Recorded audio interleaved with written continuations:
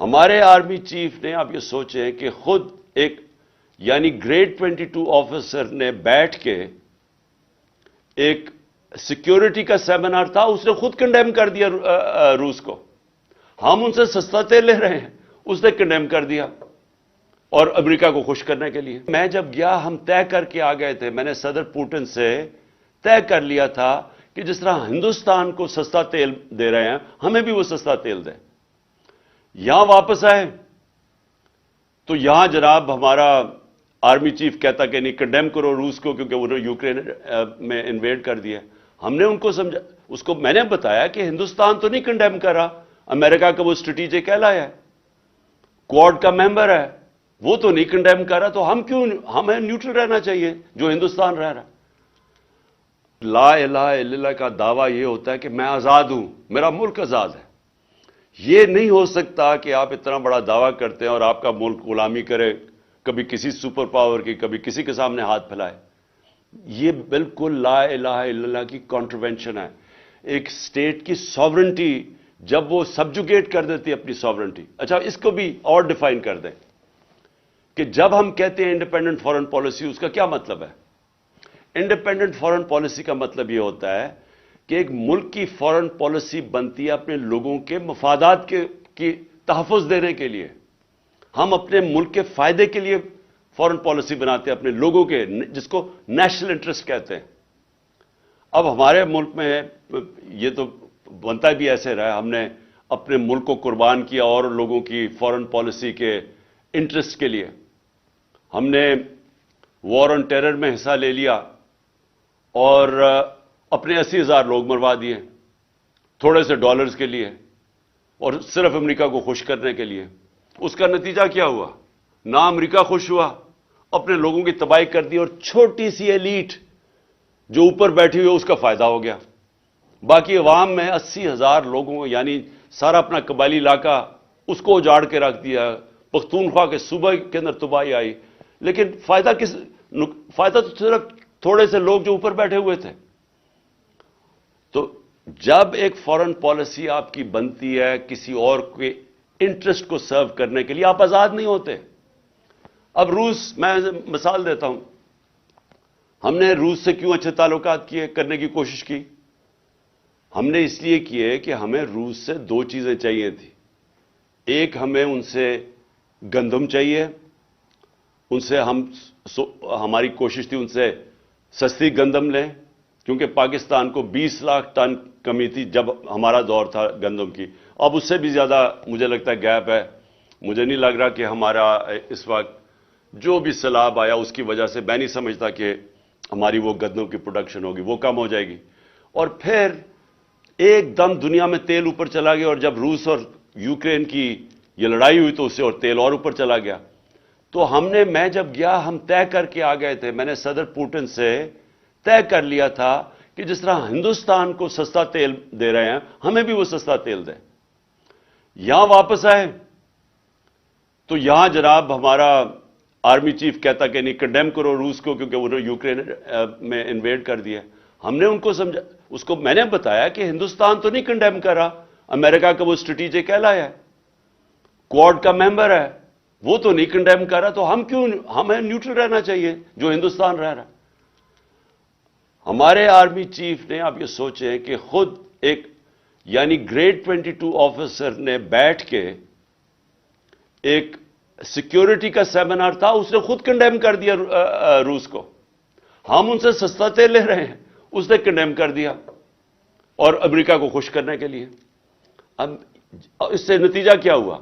ہندوستان کا جو مہنگائی تھی، انفلیشن تھی، وہ کوئی 7.5% تھی. دنیا میں تیل اوپر گیا کیونکہ لڑائی جب ہوتی رہی تھوڑا اور اوپر چلا گیا. ہندوستان کی انفلیشن 7.5% سے 5.5% پہ آ گئی. پاکستان کی انفلیشن 12% تھی، ہماری 12% سے انفلیشن 30% پہ چلی گئی کیونکہ ہم مہنگا تیل لے رہے تھے، تیل کی قیمت اوپر چلی گئی. اب نقصان کس کو ہوا؟ پاکستانی عوام کو. میں یہ کوئی اپنی ذات کے لیے تو نہیں کہہ رہا تھا، میں تو اپنے لوگوں کے لیے فیصلہ کیا تھا کہ ہمیں سب سے بنانی چاہیے. ہم کسی کی لڑائی میں کیوں پڑے؟ ہمیں انٹرسٹ اپنے لوگوں کا ہونا چاہیے. یہ انڈیپینڈنٹ فارن پالیسی ہوتی ہے. لیکن جب آپ کسی اور کو خوش کرنے کے لیے اپنی فارن پالیسی بناتے ہیں اور اپنے لوگوں کو قربان کرتے ہیں، اس کا نتیجہ یہ ہوتا ہے جو آج پاکستان میں مہنگائی کی لہر ہے اور یہ بڑھتی جا رہی ہے، اور اس کا پریشر، کیونکہ آپ زیادہ پیسے دے رہے ہیں تیل کے لیے، ڈالرز آپ کے جا رہے ہیں، آپ کے ڈالر ریزروز پہ فرق پڑ گیا. آج پاکستان کی تاریخ میں کبھی بھی اتنے کم ڈالر ریزروز نہیں جو آج ہیں، جس کے اثرات اب آپ دیکھ رہے ہیں. تو تیسری چیز ہے اسٹیٹ کی ذمہ داری ہے اپنے کمزور طبقے کی حفاظت کرنا، جس کو فلاحی ریاست کہتے ہیں. جو علامہ اقبال جب اسپرچل ڈیموکریسی کی بات کرتے تھے، وہ اس کے پیچھے کیا تھا کہ ایک ڈیموکریسی جس میں انسانیت کی قدر ہو، جو ہیومین ہو. اور یہی آج مجھے افسوس سے کہنا پڑتا ہے کہ آپ اسکینڈینیویا چلے جائیں، آپ نے اگر وہ جو سوچ تھی ہمارے نبی صلی اللہ علیہ وسلم کی مدینہ کی ریاست میں جو فلاحی ریاست بنائی تھی، آج اگر آپ نے اس کی مثال دیکھنی ہے تو سویڈن، ڈنمارک اور ناروے چلے جائیں. بہترین قسم کا انسانیت کا وہ نظام ہے، خوشحال لوگ ہیں. میری کنٹینشن یہ ہے کہ جب تک آپ عدل اور انصاف نہیں معاشرے میں رائج کرتے اور ایک فلاحی ریاست انسانیت کا نظام نہیں بناتے، اللہ کی برکت نہیں آتی معاشرے پہ. اور یہی آپ دیکھیں کہ وہاں خوشحال ہیں، آپ کے لوگ ترستے ہیں وہاں جانے کے لیے اسکینڈینیویا. کبھی پوچھیں جو پاکستانی رہتے ہیں وہاں اسکینڈینیویا میں، وہ کتنی تعریف کرتے ہیں، ان کو سمجھ ہے کہ فلاحی ریاست کیا ہوتی ہے. اور ہم نے پوری کوشش کی، ہیلتھ کارڈ لے کے آئے ہم. ہیلتھ کارڈ کا مطلب یہ تھا کہ سارے پاکستان کے خاندانوں کے پاس ہیلتھ انشورنس ہو 10 لاکھ روپے کی، کہ کسی بھی ہسپتال میں جا کے اپنا علاج کروا سکے. یہ اس لیے ضروری تھا کیونکہ ساری ریسرچ بتاتی ہے کہ جب بھی ایک خاندان جو غربت کی لکیر سے اوپر بھی ہے، اس کے اوپر اگر ایک بیماری آتی ہے تو وہ بیماری اور بڑی بیماری، تو اس کے لیے وہ قرضے لے کے وہ غربت کی لکیر کے نیچے چلے جاتے ہیں. یہ غربت کا ایک بہت بڑا وجہ ہے کہ ایک خاندان میں بیماری آ جاتی ہے.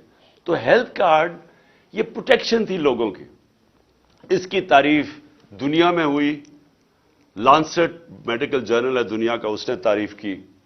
انہوں نے کہا کہ ہمارے سے امیر ترین ملکوں کے پاس بھی اس طرح کا یونیورسل ہیلتھ کوریج نہیں ہے جو پاکستان میں ہے. اور افسوس سے کہنا پڑتا ہے کہ یہ گورنمنٹ نے وہ رول بیک کر دیا. اور وہ ایک ایسی چیز تھی کہ صرف یہی نہیں کہ پروٹیکشن تھی ہمارے 50% آبادی سفید پوش کے لیے بھی، کہ وہ کسی بھی یعنی پرائیویٹ ہاسپٹلز میں غریب لوگ جا کے اپنے ہارٹ کے اندر سٹینٹ ڈلوا سکتے تھے. پرائیویٹ ہاسپٹلز میں پہلی دفعہ پاکستان کا غریب آدمی جا کے اپنا علاج ہیلتھ کارڈ کی وجہ سے کروا رہا تھا. اور دوسری چیز کہ دیہاتوں کے اندر پہلی دفعہ پرائیویٹ سیکٹر ہاسپٹل بنانے کے لیے جا رہا تھا کیونکہ ہیلتھ کارڈ کی وجہ سے. اب وہ سب کچھ رک گیا. ہمارا جو احساس پروگرام تھا وہ دنیا نے اکنالج کیا. اسٹینفورڈ یونیورسٹی نے اپنی رپورٹ کی احساس پہ، اور انہوں نے کہا کہ یہ پاکستان کے اندر ہیلتھ اور ایجوکیشن کے اوپر یہ جو پیسہ خرچ کر رہے ہیں، اور اس کی وجہ سے فلاحی ریاست کی طرف پاکستان جا رہا ہے.